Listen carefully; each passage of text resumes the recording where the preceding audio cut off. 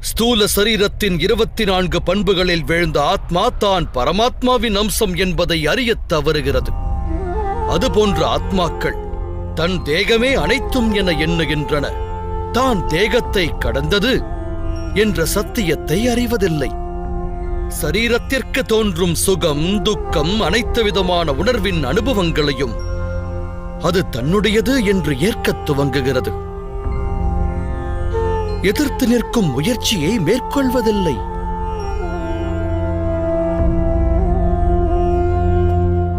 எதிர்த்து நிற்கும் முயற்சியை மேற்கொள்ளாத ஆத்மாக்கள் நிரந்தர அதர்மத்தை செய்கின்றன.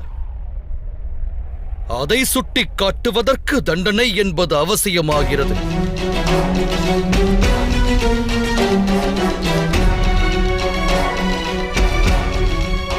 ஒரு தத்துவத்தை அறிவாயாக பார்த்தா